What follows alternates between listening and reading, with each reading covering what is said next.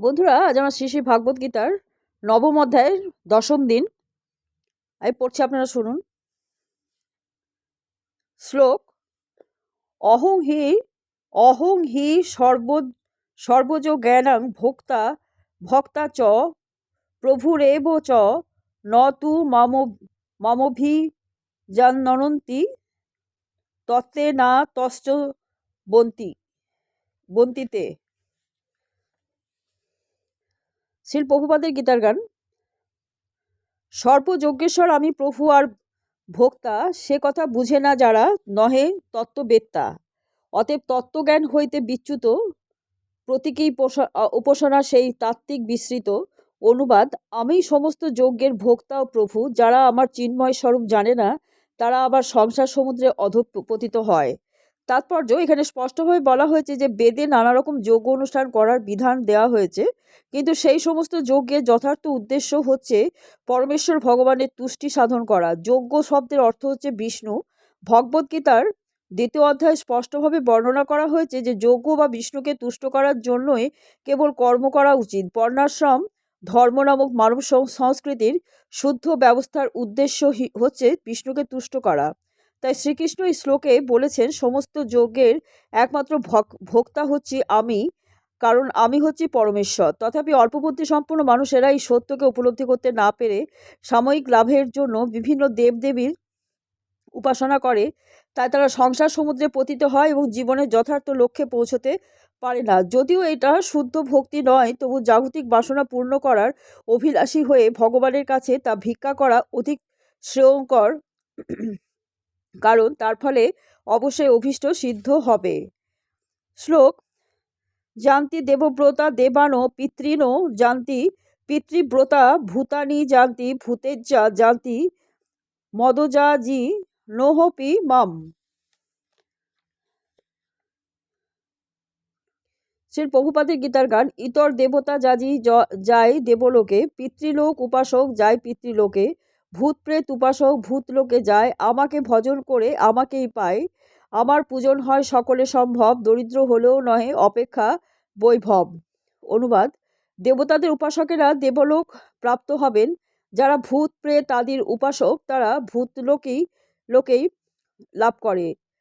যারা পিতৃপুরুষদের উপাসক, তারা অনিত্য পিতৃলোক লাভ করে, এবং যারা আমার উপাসনা করেন, তারা আমাকেই লাভ করেন।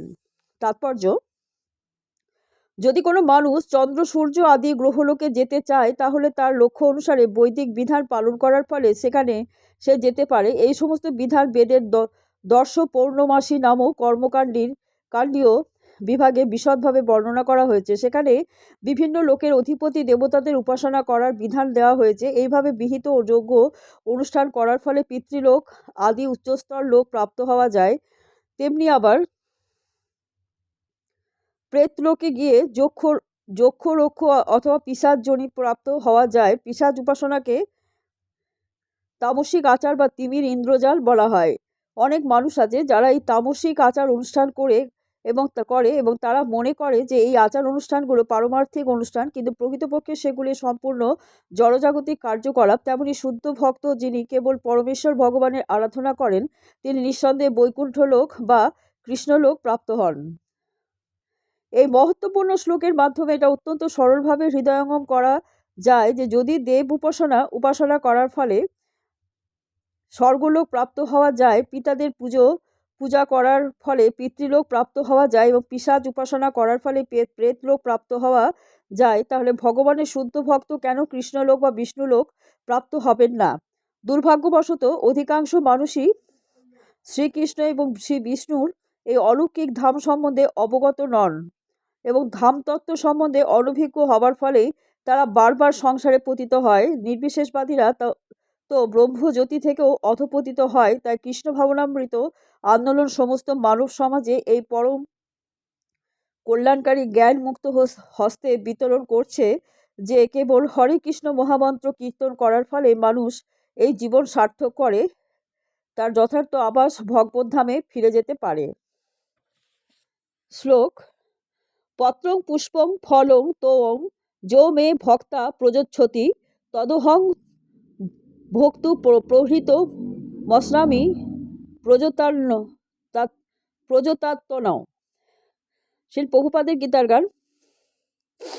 পত্র পুষ্প ফল জল ভক্ত মোরে দেয়, ভক্তির কারণ সে গ্রহণীয় হয়। যত্ন করি মোর ভক্ত যাহা কিছু দেয়, সন্তুষ্ট হইয়া লই ভক্তির প্রভায়। নিরপেক্ষ ভক্ত তুমি এমোর নিশ্চয়, নিশ্চয় তোমার যে কার্যক্রম সব ভক্তি হয়। অনুবাদ: যে বিশুদ্ধ চিত্ত নিষ্কাম ভক্ত আমাকে ভক্তিপূর্বক পত্র পুষ্প ফল ও জল অর্পণ করেন, আমি তার সেই ভক্তিপ্লুত উপহার প্রীতি সহকারে গ্রহণ করি। তাৎপর্য: ভগবান শ্রীকৃষ্ণ পূর্বেই প্রতিপন্ন করেছেন যে তিনি হচ্ছেন একমাত্র ভোক্তা, পরমেশ্বরের সমস্ত যজ্ঞের পরম লক্ষ্য। এই শ্লোকে তিনি বলেছেন কী ধরনের যজ্ঞ তার প্রীতি উৎপাদন করে।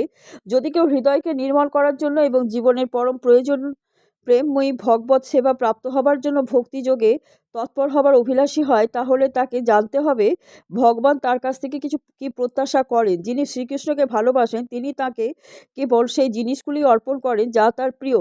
তিনি কখনো অবাঞ্ছিত অথবা প্রতিকূল বস্তু শ্রীকৃষ্ণকে নিবেদন করেন না। তাই মাছ, মাংস, ডিম ইত্যাদি কখনোই শ্রীকৃষ্ণের ভোগের যোগ্য নয়। যদি শ্রীকৃষ্ণ চাইতেন যে এই সমস্ত পদার্থগুলি তাকে অর্পণ করা হোক, তাহলে তিনি সে কথা বলতেন, কিন্তু তার পরিবর্তে তিনি বলেছেন যে পাতা, ফুল এবং জল ইত্যাদি পদার্থই যেন কেবল তাকে অর্পণ করা হয়। এই প্রকার ভোগ সম্বন্ধে তিনি বলেছেন যে মাছ, মাংস, ডিম ইত্যাদি তিনি কখনোই গ্রহণ করেন না। শাকসবজি, অন্ন, ফল, দুধ ও জল মানুষের উপযুক্ত আহার। স্বয়ং ভগবান শ্রীকৃষ্ণ সেই বিধান দিয়ে গেছেন। এই সমস্ত সাত্ত্বিক সামগ্রী ব্যতীত আমরা যদি অন্য কিছু আহার করি, তবে তা কখনোই শ্রীকৃষ্ণকে নিবেদন করে তার প্রসাদ রূপে গ্রহণ করা যায় না। তিনি কখনোই তা গ্রহণ করেন না। অতএব যদি আমরা মাংস ইত্যাদি নিষিদ্ধ পদার্থ ভগবানকে অর্পণ করি, তাহলে তা প্রেমময়ী ভগবত ভক্তির প্রতিকূল আচরণ করা হবে। তৃতীয় অধ্যায়ের 13 শ্লোকে ভগবান শ্রীকৃষ্ণ বর্ণনা করেছেন যে কেবলমাত্র যজ্ঞাবিশিষ্ট অন্নই হচ্ছে শুদ্ধ। তাই সে সমস্ত মানুষ পারমার্থিক উন্নতি এবং মায়াবন্ধন থেকে মুক্তির অভিলাষী, তাদের পক্ষে এই অন্নই হচ্ছে আহার্য।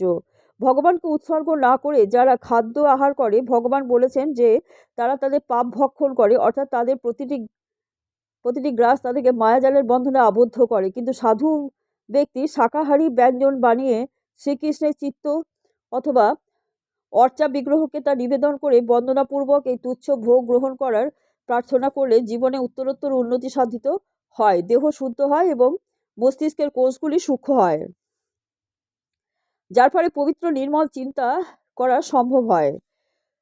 তবে সবসময় আমাদের মনে রাখতে হবে যে এই ভোগ যেন প্রেমপূর্বক নিবেদন করা হয়। শ্রীকৃষ্ণ সমস্ত সৃষ্টির একমাত্র অধীশ্বর, তাই আমাদের উৎসর্গীকৃত ভোগ ভোজন করার কোনো আবশ্যিকতা তার নেই। কিন্তু তবুও আমরা যখন তার প্রীতি উৎপাদন করবার জন্য তাকে নৈবেদ্য অর্পণ করি, তখন তিনি তা গ্রহণ করেন। শ্রীকৃষ্ণের ভোগ তৈরি করা, তা নিবেদন করা, এই সবেরই সারমর্ম হচ্ছে ভগবত প্রেম। নির্বিশেষবাদী বা দার্শনিকেরা যারা মোহাচ্ছন্ন হয়ে মনে করে যে পরম তত্ত্ব ইন্দ্রিয়বিহীন ভগবত গীতার এই শ্লোক তাদের বোধগম্য হয় না, তাদের কাছে এটা কেবল রূপক অলঙ্কার, অথবা তারা এটাকে গীতা গায়ক শ্রীকৃষ্ণ যে একজন সাধারণ মানুষ তার প্রমাণ বলে মনে করে। কিন্তু যথার্থ সত্য হচ্ছে যে পরমেশ্বর ভগবান শ্রীকৃষ্ণ দিব্য ইন্দ্রিয় সম্পন্ন। শাস্ত্রে বলা হয়েছে যে তার প্রতিটি ইন্দ্রিয় অন্য সমস্ত ইন্দ্রিয়ের কাজ করতে সক্ষম। সেটাই হচ্ছে শ্রীকৃষ্ণকে অদ্বয় পরম তত্ত্ব বলার অর্থ। তিনি যদি ইন্দ্রিয়বিহীন হতেন, তাহলে তাকে সরৈশ্বর্যপূর্ণ বলা হতো না। সপ্তম অধ্যায়ে শ্রীকৃষ্ণ বলেছেন যে তিনি অপরা প্রকৃতির প্রতি দৃষ্টিপাত করার মাধ্যমে প্রকৃতির গর্ভে প্রাণের সঞ্চার করেন।